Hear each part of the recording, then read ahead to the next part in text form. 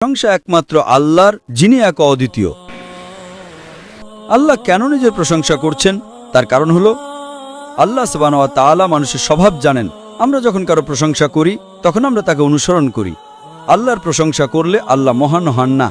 উদাহরণস্বরূপ, যদি আপনার মায়ের হার্টের সমস্যা থাকে আর আপনি জানেন এই ডাক্তারটি সেরা হার্ট স্পেশালিস্ট, হৃদরোগ বিশেষজ্ঞ, তিনি বিশ্ববিখ্যাত, আপনি কি তার পরামর্শ মেনে চলবেন নাকি কোনো অজানা লোকের পরামর্শ মেনে চলবেন?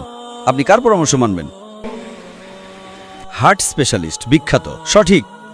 তাই যেই মুহূর্তে আমরা আল্লাহর প্রশংসা করি, তিনি সর্বজ্ঞানী, তিনি সব জানেন, তখন আমরা তার উপদেশ মেনে চলি। তাই আল্লাহ কোরআনে নিজের প্রশংসা করেন যাতে আমরা যখন তা পড়ি আমরা তাকে অনুসরণ করতে পারি। এখানে আল্লাহ উদাহরণ দিচ্ছেন এমন এক দাসের যার অনেক অংশীদার আছে, যারা নিজেদের মধ্যে ঝগড়া করে, বনাম এক দাস যার একজন প্রভু। আপনি যদি ইসলাম অনুসরণ করেন সেখানে এক ঈশ্বর সর্বশক্তিমান। আপনি যদি অন্য ধর্ম অনুসরণ করেন, এক ঈশ্বর অন্য ঈশ্বরের সাথে যুদ্ধ করছে, এক ঈশ্বর অন্যকে পরাজিত করছে, এক ঈশ্বর তৃতীয় ঈশ্বরকে ভাড়া করছে প্রথম ঈশ্বরকে মারতে। এই সব বিভ্রান্তি সেখানে আছে।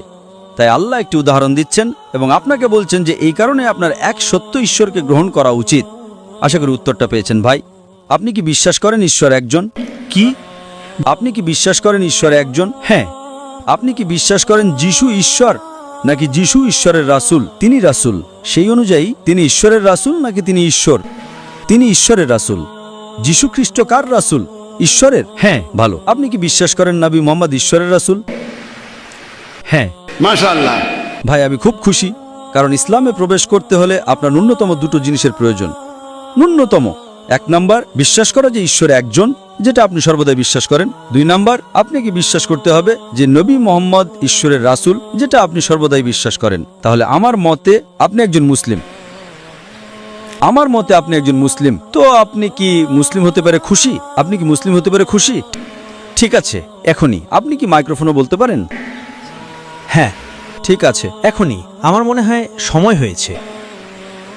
ইনশাল্লাহ, হয়তো। ইনশাআল্লাহ, মাশাআল্লাহ। ইনশাআল্লাহ, মাশাআল্লাহ। আপনি আল্লাহকে বিশ্বাস করেন। গুড।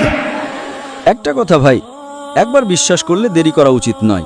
আমি জানি না কতদিন বাঁচবো, আমি জানি না আগামীকাল বাঁচবো কিনা। আমি আজ গাড়িতে করে যেতে পারি, আমার দুর্ঘটনাও হতে পারে, আমি মারা যেতে পারি। তাই আমি যদি ভালো কিছু করি, আপনি কি একমত? হ্যাঁ। কারণ আগামীকাল যদি আমি করি আর আজ যদি আমি মারা যাই তাহলে কি হবে? তাই আপনি কি একমত? হ্যাঁ। যদি আপনি বিশ্বাস করেন ঈশ্বর একজন, যদি আপনি বিশ্বাস করেন যিশু ঈশ্বরের রাসূল, যদি আপনি বিশ্বাস করেন নবী মুহাম্মদ শেষ এবং চূড়ান্ত রাসূল, তাহলে আপনি ইতিমধ্যে একজন মুসলিম। ঠিক।